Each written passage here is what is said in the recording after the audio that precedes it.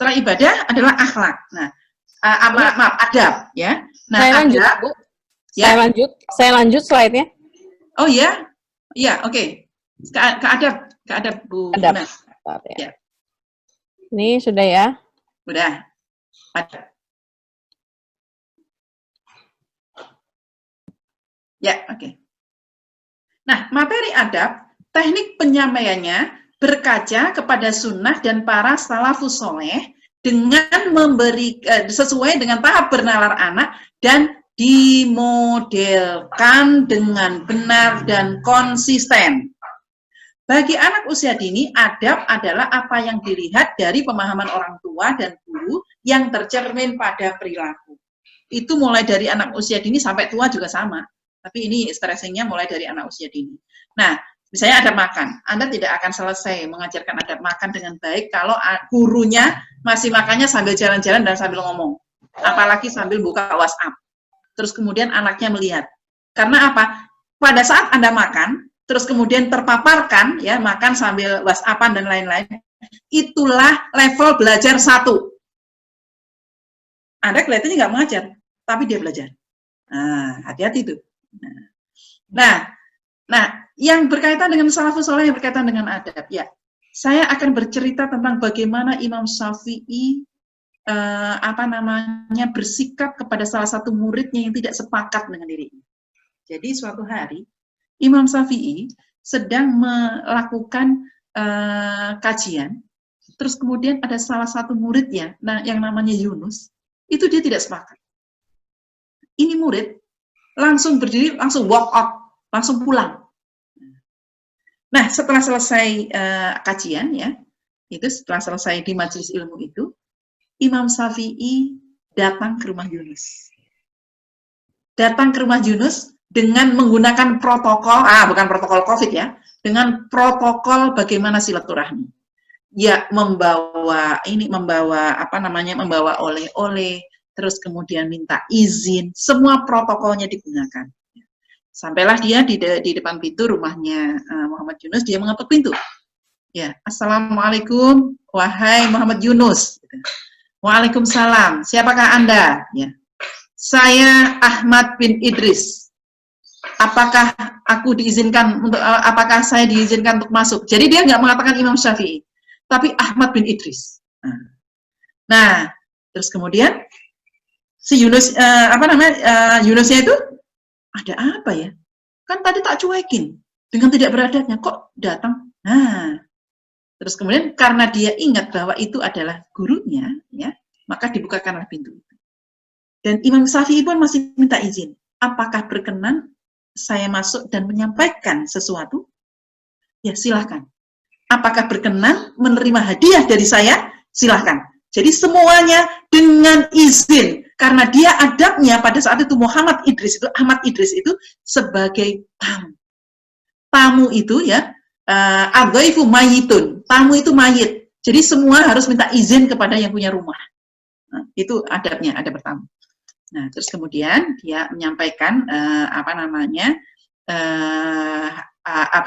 ungkapannya gini, wahai Yunus, kita sudah lama bersama, sudah banyak sekali kita melakukan kebaikan-kebaikan dan banyak kebaikan di antara pertemuan-pertemuan kita. Nah, kebaikan-kebaikan yang sudah kita lakukan itu ibarat kita membangun jembatan antara saya dengan saudara Yunus, ya. Jembatan yang berharap dengan jembatan itu kita bisa sama-sama nanti di surga. Akankah hanya gara-gara satu hal yang kita tidak sepakati, kita harus merobohkan jembatan itu? Sejak itu, nah ini yang ingin saya sampaikan kepada kepada Anda, saudara Ahmad Yunus, dan saya mohon pamit. Akhirnya pamitlah itu Imam Syafi'i. Nah, jadi dari sini Imam Syafi'i memberikan memberikan pembelajaran tentang adab itu ya, bahwa apapun yang dilakukan meskipun terhadap orang yang berbeda pandangan tetap harus dengan adab. Tidak mencela meskipun itu adalah muridnya dan lain-lain. Nah, wah benar-benar nah. Karena itulah kenapa adab itu ya, kalau para imam itu mengatakan Saya belajar adab selama 30 tahun dan saya belajar ilmu selama 20 tahun. Kenapa adab itu lebih lama? Karena memang harus diulang-ulang dan menggunakan dan menguras emosi yang luar biasa. Ya, jadi nanti Bu, di modul kita, adab itu yang pertama kita gulirkan itu adalah adab kepada Allah. Jadi pada saat berdoa, bagaimana adabnya? Pada saat kita sedih, bagaimana adabnya? Setelah adab kepada Allah, adab kepada Rasulullah.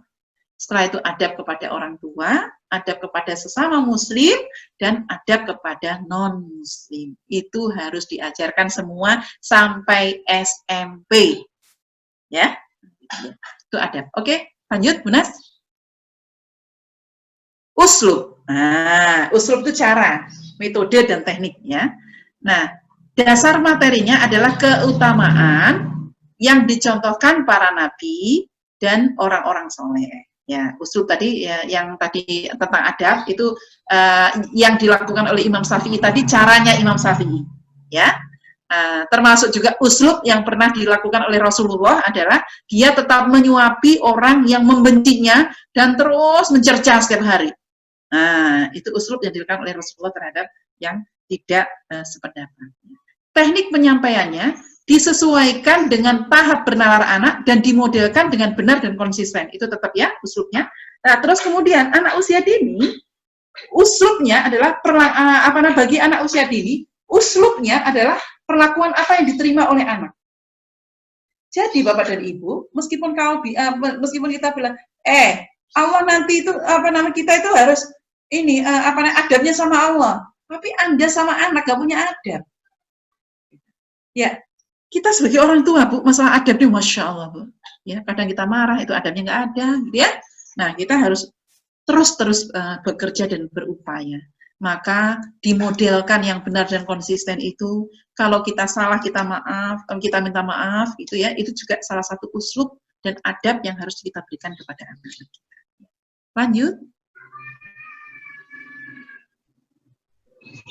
Nah, ini penyiapan program ya berkaitan dengan aktivitas sehari-hari, penggunaan alat dan bahan, terus dan mendorong anak menjadi pembelajar mandiri. Ya, lanjut Bu, mari kita geber programnya kita. Oh ya, menyiapkan program belajar di rumah, membantu orang tua melakukan pencatatan, ya. Terus kemudian ada juga instrumen, ya, adab dan ibadah, ya. Nah, ini nanti seperti kemarin ya, nanti saya juga akan menjelaskan sedikit tentang portofolio.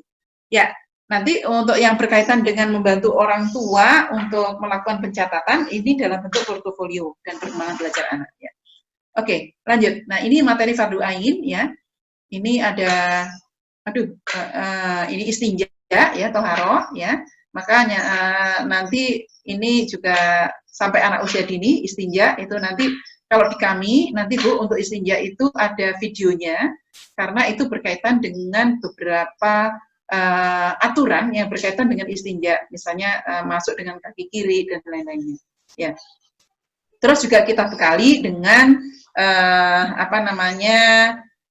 lembar observasi yang bisa dicontreng oleh orang tua. Nah, Ibu dan Bapak, materi fardu ain ini harus sampai pada tahap tersimpan di cerebellum. Jadi bukan sekali. Artinya apa? Ya, kalau anak sudah terbiasa, nah itu baru pindah atau dikatakan itu tuntas. Kalau belum terbiasa berarti belum tuntas. Ya. Oke, lanjut. Ya, ini materi kecakapan gitu ya Bu ya. Ada materi motorik ya, terus bahasa. Nah, ini semuanya masih untuk SD sama SMP, TK sama SD. Ya, khusus untuk SMP, Bapak dan Ibu ya, untuk rincian materi yang berkaitan dengan materi fardu ain, ya, itu ada adab, ada Quran, terus kemudian ada ibadah. Itu bentuknya self assessment, ya. Apakah bisa ditampilkan, Bunda, self assessment yang akan kita berikan? Sebentar, self-assessment. Iya. Oh, iya. Oke, salah satu aja, karena self-assessment-nya kan banyak tuh. Iya, Ibu sambil saya cari, maaf boleh ya? Sambil dijawab pertanyaan? Iya, boleh. Ini ada anak laki-laki usia 7 tahun, dia sudah bisa baca sholat, tapi kalau sholat nggak mau baca doa iftitah. Alasannya lama dan panjang. Kalau diajak sholat jamaah, dia nanya untuk, lalu ibunya menyampaikan pahalanya itu lebih banyak. Dia bilang sebanyak apa? Saya bilang 27 derajat. Dia malah mikirnya dia nggak mau tinggi. Iya. Oke. Dulu. Saya akan cari file. Ya, baik. Oke. Yang pertama, bahwa usia 7 tahun itu yang difokuskan itu justru pada waktu-waktunya Bunda dan Ayah. Jadi artinya dia konsisten dulu sampai usia 7 tahun ya. Jadi dari 0 sampai 7 tahun itu justru adalah waktu-waktunya. Mulai dari sholat subuh, sholat duhur, sholat asar, sholat maghrib. Nah, untuk materi sholat jamaah itu dia masih dalam taraf terlatih, Bun. Jadi tidak perlu penjelasannya panjang-panjang. Ayo ikut sholat jamaah. Nah, karena jamaah itu kan bukan kalau laki-laki itu kan wajibnya di masjid ya. Jadi kita kan kamu laki-laki, makanya sekarang ayo kita ke masjid sholat berjamaah. Iya, tapi aku mau. Oh ya udah, berarti kamu perempuan. Nah, gitu. Jadi lanjut ke tugas-tugas yang harus diemban gitu. Nah, Ibu, permisi, saya mau tanya, doa iftitah itu kan banyak, ya. Ada yang paling pendek, kabirau, Allahu Akbar kabirau wa subhanallahi bukrotau wa asila. Udah tidak. Ya, dan itu sesuai dengan sunnah. Ada juga yang ini si Neng gitu, dia punya banyak sekali doa iftitah ya. Kita orang tuanya memang harus perbekalannya lumayan banyak, Bu. Ya. Ibu ini sudah terlihat? Sudah, Bu. Ya, itu salah satu materi self assessment yang akan kami berikan kepada anak-anak SMP. Ya, itu sebagian karena banyak sekali, Bu. Jadi mulai dari toharo, terus nanti istinja, terus nanti sholat, jadi segambreng. Ya, sudah, yang yang materi self assessment. Ya, ini karena kalau SMP tidak mendapatkan modul sebagaimana SD dan TK, Bu Nas. Ya, kalau SMP bentuknya adalah alur pembelajaran. Ya, maka khusus untuk orang tua SMP, nanti kami akan ada pertemuan khusus bagaimana proses pembelajarannya. Ya. Oke, lanjut. Ini yang umur 7 tahun. Jadi Bunda, tolong dilihat dulu apakah doa iftitahnya yang mana, yang panjang atau yang pendek gitu. Maka perlu beberapa alternatif, Bu. Ya, jadi kayak misalnya kayak saya gini, loh dia kamu cepet banget. Oh iya, kan aku pakai yang ini iftitahnya. Oh, aku pakai yang ini. Nah, jadi memang dengan adanya banyak sekali kita memberikan dan semuanya itu sunnahnya itu sesuai dengan Al-Quran dan Sunnah, ya anak kita bisa lebih fleksibel. Jadi kapan saya harus menggunakan yang panjang, kapan saya harus menggunakan yang pendek. Nah, begitu ya, Bun. Nah, untuk yang sholat berjamaah itu masih belum perlu ada penjelasan. Memang, Bun, kalau 27 derajat itu tidak masuk ke otak anak. Tapi kalau misalnya, nanti kalau kamu sholat berjamaah, banyak ketemu temanmu loh. Nah, itu baru masuk. Kamu bisa.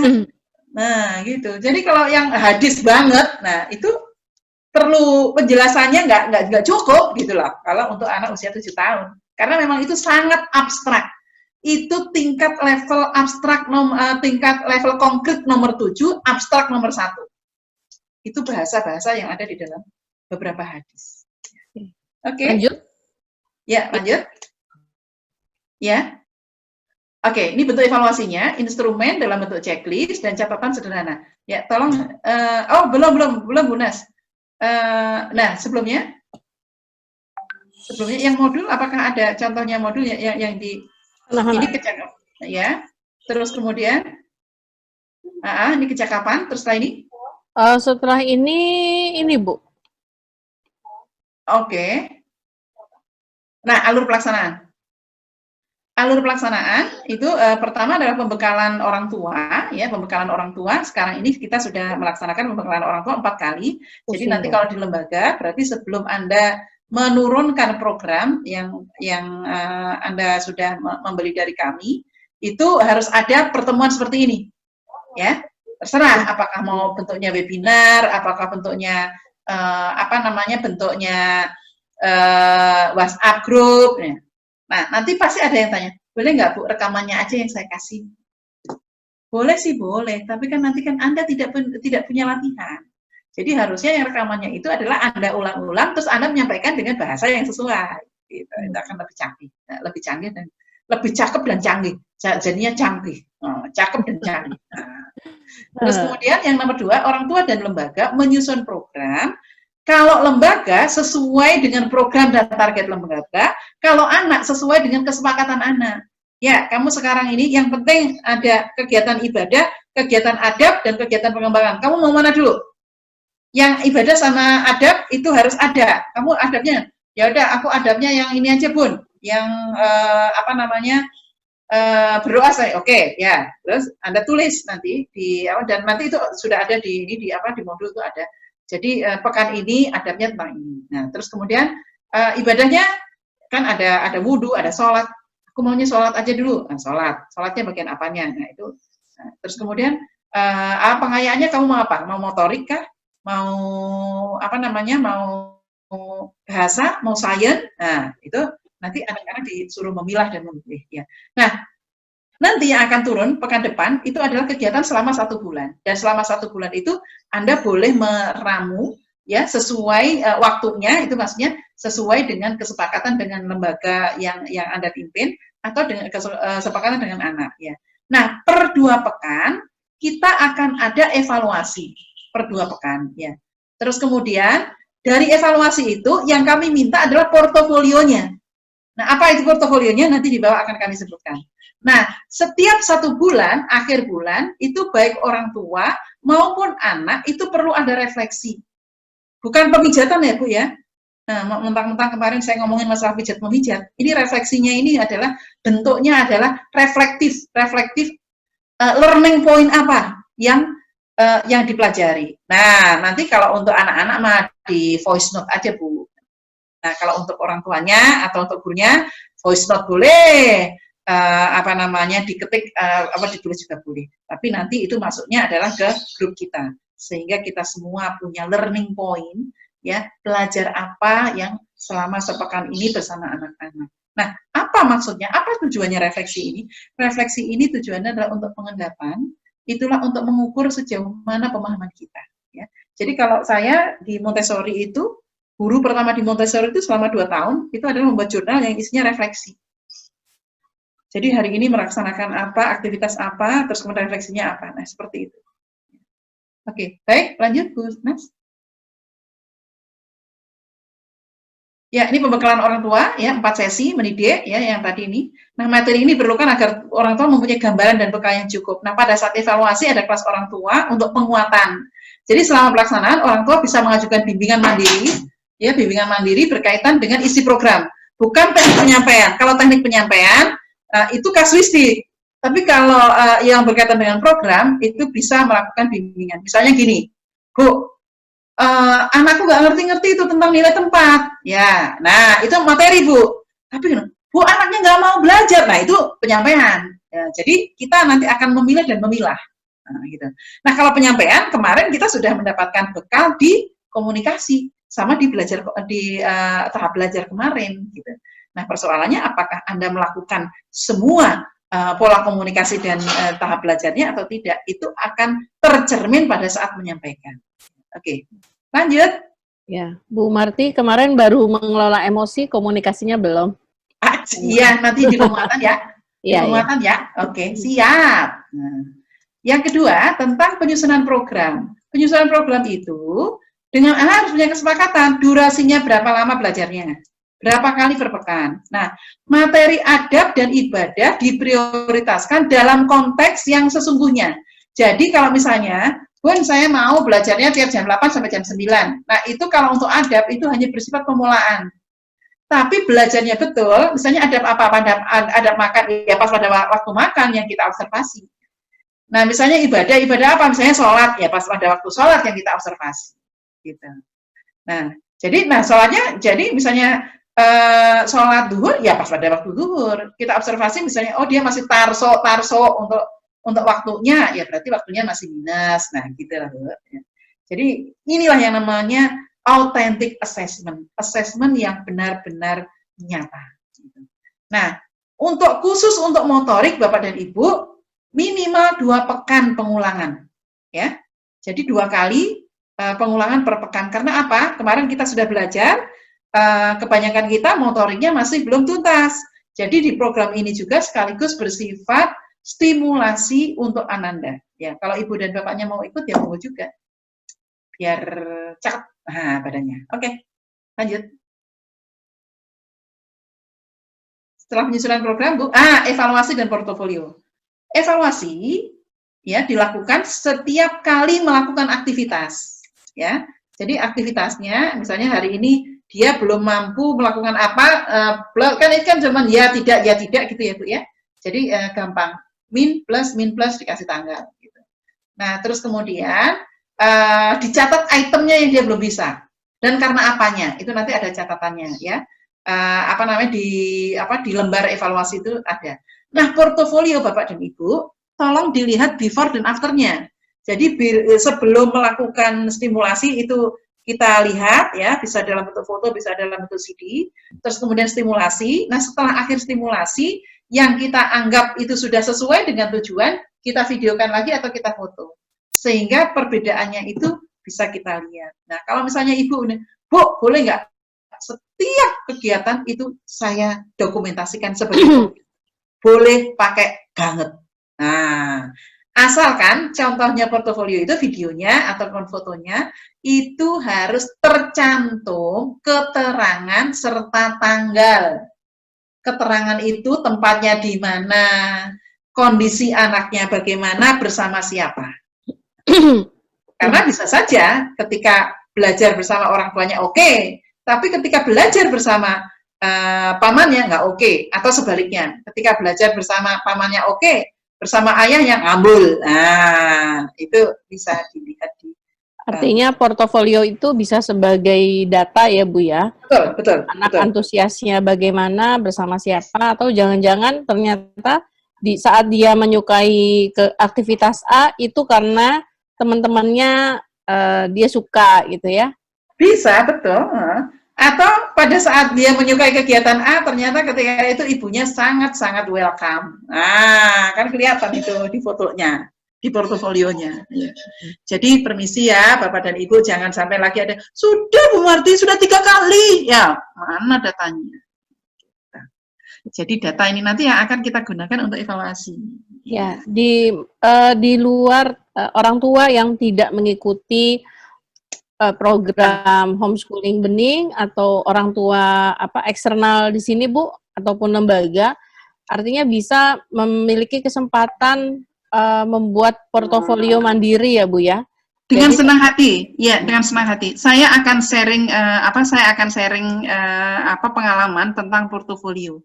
Jadi nanti pada khusus webinar portofolio. Khusus untuk webinar portofolio akan saya ingin beberapa portofolionya anak-anak masih saya simpan. Iya. Itu. Dan ada portofolio itu tujuannya 2, Bu. Kalau sampai usia 8 tahun itu untuk perkembangannya. Jadi kalau kemarin itu ada anak anaknya nggak pede. Nah, itu bisa dilihat. Dulu kamu itu loh, TK itu loh, kamu itu sempat tampil nih loh. Tuh lihat tuh, gitu. Jadi itu bisa digunakan untuk recalling juga gitu. Nah, tapi kalau portofolionya udah SMP, SMA, itu bisa digunakan untuk melanjutkan studi. Kalau portofolionya dia sudah kuliah, itu bisa untuk kerja. Oke. Jadi ya, ini saya ada contoh paling nanti aja terakhir, tapi portofolio anak SMA. Dan ini lanjut. Lanjut, ya.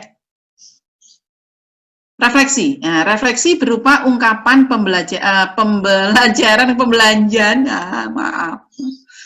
Dan hikmah. Ngecek juga. Dan hikmah pada saat menjalankan program ini. Jadi refleksi itu, jadi ini cooling down. Jadi pertanyaan berikutnya ini, saya belajar. Nah, ini tulisannya bukan saya belajar tentang adab, saya bukan itu. Tapi belajar apa yang bersifat insight, yang bersifat hikmah. Itu ya, dari semua aktivitas yang Bapak Ibu Bapak Ibu ayah bunda dan Bapak Ibu guru lakukan. Terus kemudian juga hal yang menarik untuk saya. Jadi di sini saya tidak menggunakan yang saya sukai, kalau itu sangat emosional. Tapi kalau yang menarik, itu artinya ada antusiasme. Jadi menariknya karena apa, dan lain-lainnya itu bisa, kata menarik itu lebih kognitif, bukan emotif. Nah, yang kedua adalah hal yang ingin saya tanyakan, itu curiosity kita. Ya, apa yang berkaitan dengan yang selama ini Anda lakukan. Terus menurut saya kegiatan ini bermakna karena itu mendeskripsikan pengalaman-pengalaman, ya, learning point yang sudah Anda lakukan. Ya.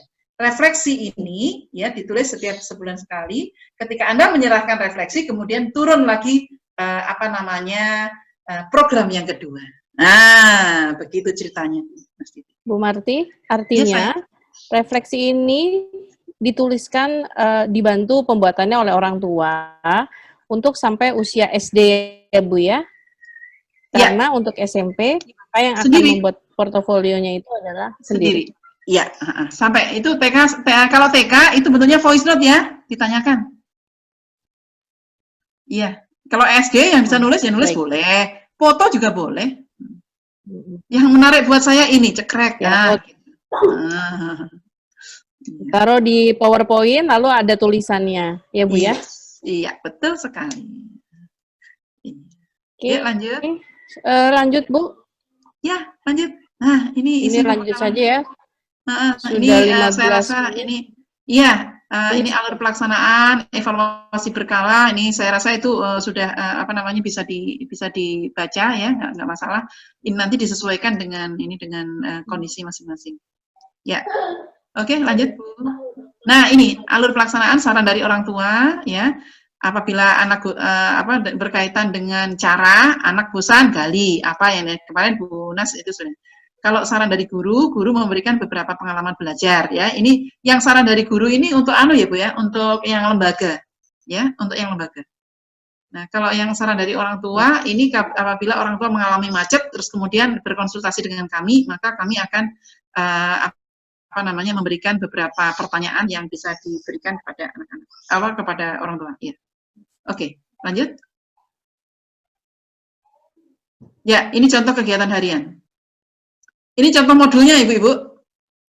Senin. Nah, ini modul yang sudah dituangkan dalam kegiatan harian. Jadi nanti Anda akan mendapatkan misalnya modul ibadah, modul adab, ibadah, motorik, sains. Nah, dapatnya begitu modulnya. Terus kemudian nanti kalau Anda lembaga, nanti Anda membuat mengisi dalam format kegiatan harian. Nah, atau format kegiatan pekanan silahkan saja. Nah, kalau Anda langsung homeschooling bersama kami juga sama. Ini nanti tinggal formatnya sudah kita siapkan, tinggal mengisi saja. Nah, yang saya sebut tadi catatan itu di sini catatan ini akan yang harus Anda tulis ya. Terus kemudian checklist, Bu Nas tolong yang checklistnya. Nah, ini yang checklistnya. Ya. Jadi catatan itu adanya di program, checklist adanya di format evaluasi. Ya. Nah, yang di catatan itu nanti ditempelin sekaligus dengan portofolio yang berupa foto. Ya, foto atau video. Oke. Ya, ini format yang kita susun ya untuk pembelajaran di rumah. Oke, lanjut. Ya. Oke, Bu Nas masih ada waktu berapa? Bu Nas? Bu Nas? Maaf, ternyata saya ini mute. Kalau untuk materi sudah 10 menit lagi karena 30 menit tanya jawab. Mungkin mau 10 menit lagi itu ini cukup mudah. Nah, sekarang boleh di-share videonya, contoh video yang akan kita gulirkan. Ya. Oke, baik. Ya, sehingga nanti teman-teman yang memang sudah membeli program ke kami itu sudah punya gambaran kayak apa sih. Nah, itu tadi modulnya, terus kemudian nanti videonya. Tidak semua yang ada di modul divideokan ya. Yang divideokan itu hal-hal tertentu yang perlu pengayaan. Ya, silakan Bu Nas. Ya, sebentar Bu. Ini tadi saya simpan di mana ngilang. Maaf. Karena ada beberapa video. Bentar ya. Ya, salah satunya aja yang mengajar apa gitu, matematika kayak atau apa gitu. Ya. Nah, khusus untuk orang tua bening, Ibu, nanti nggak perlu bikin program ya. Yang membuat program itu nanti adalah wali kelasnya, Bu ya. Jadi Ibu tinggal melaksanakan saja. Jadi nanti yang sekarang ini bergabung atas nama lembaga, ya nanti seperti yang Bapak dan Ibu guru lakukan di sekolah kami, ya. Jadi nanti menurunkan ke kegiatan harian, dan kegiatan harian itu dalam bentuk SOP, ya, dan ada evaluasi. Ya. Ya, di tempat saya nggak bisa buka. Teman-teman, kali ini kita akan berkegiatan mengenal sistem nilai tempat, puluhan, dan ratusan. Ini 1 puluhan. Biasanya disebut 10. Ini 2 puluhan. Ya, ini untuk materi matematika kelas berapa, Bu Nas? Kelas 4, Ibu. Oke. Ya, ini sebenarnya ya nilai tempat, tapi kan sebenarnya ada video sebelumnya. Ya. Jadi videonya bersambung, ini saya ambil yang 30-an, mungkin bisa dijelaskan tentang nilai tempat, Bu, kenapa bentuk videonya dibuat seperti ini. Oke, baik.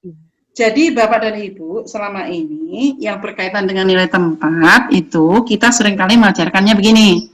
Misalnya 9 tambah 6. 9 ya, 10. Oke? Simpan dalam hati. Simpan dalam hati nih.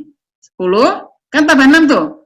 Ya, 11, 12, 13, 14, 15. Jadi 9 tambah 6 sama dengan 15. Jadi puluhannya itu disimpan dalam hati, kalau enggak dimasukkan ke dalam mulut, kalau enggak disimpan di kepala. Itu kan enggak konkret. Maka kita berikanlah itu konkret. Nah, Bapak dan Ibu, jadi urutannya mengajarkan matematika itu yang sudah kita buat videonya. Pertama adalah mengajarkan mengajarkan bilangan 1 sampai 9, bilangan asli.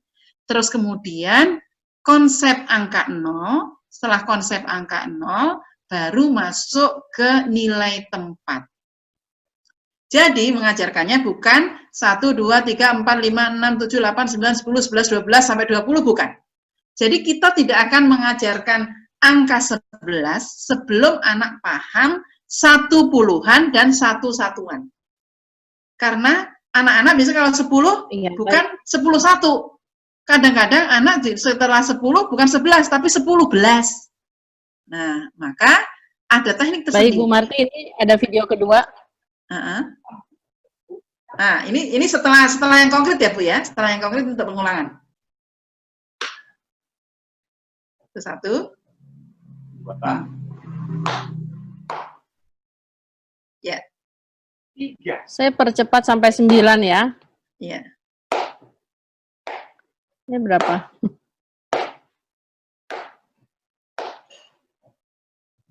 8. Oh, yang puluhannya belum, Bu? Ya, puluhan.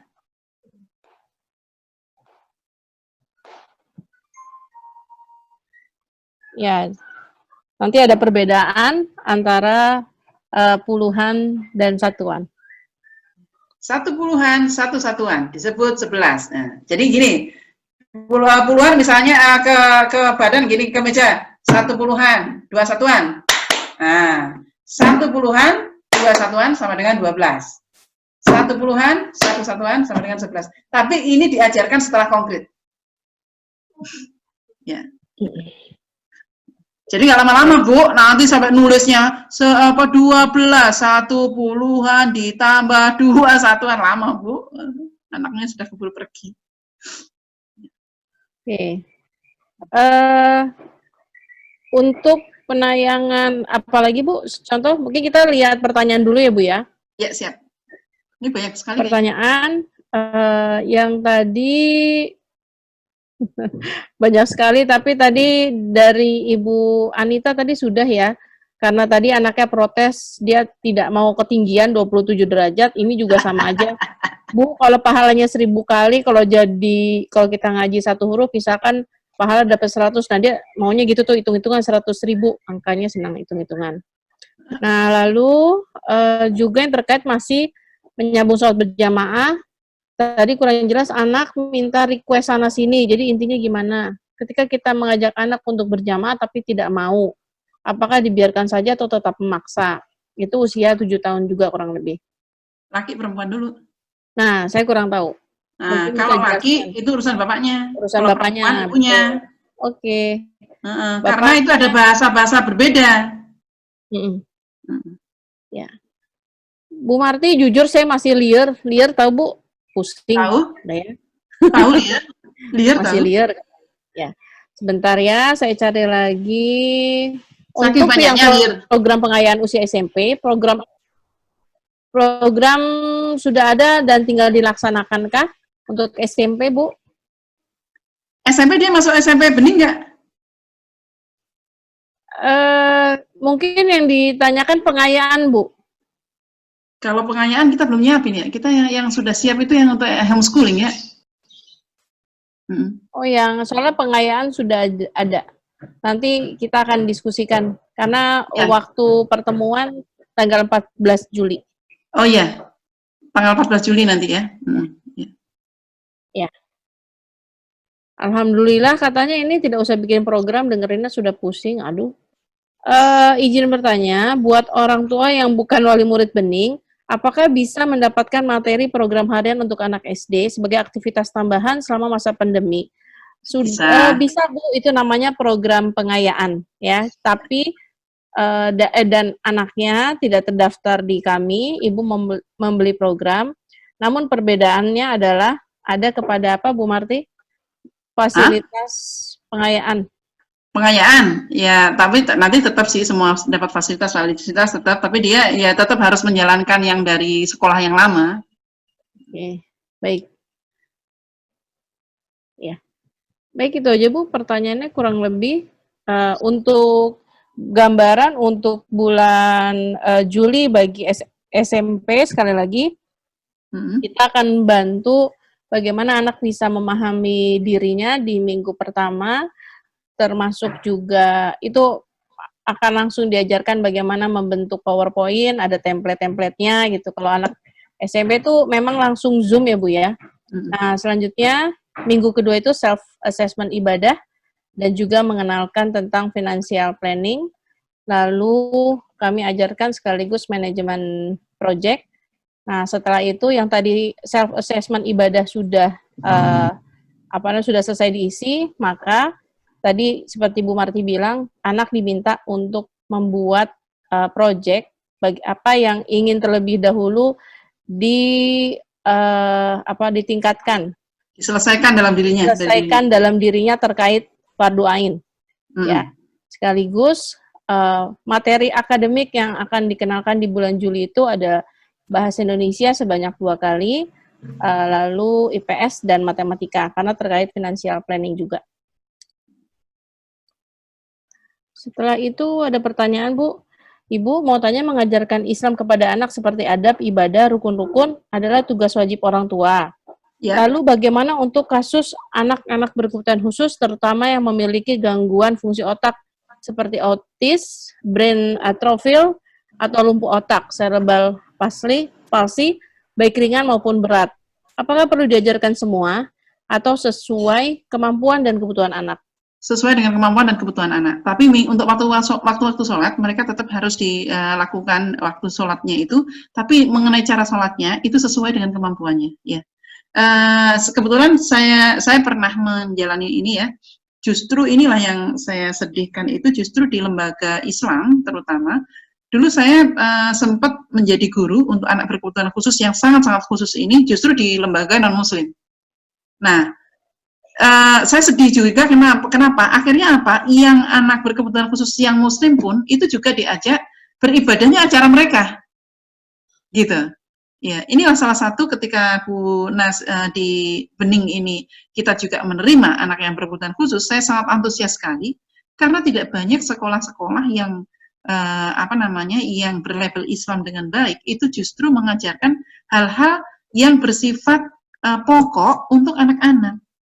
Dan yang perlu diketahui bahwa secara daur biologis anak berkebutuhan khusus itu tidak setaf anak yang reguler, sehingga dia dalam hidupnya harus mendapatkan aktivitas yang sangat bermakna.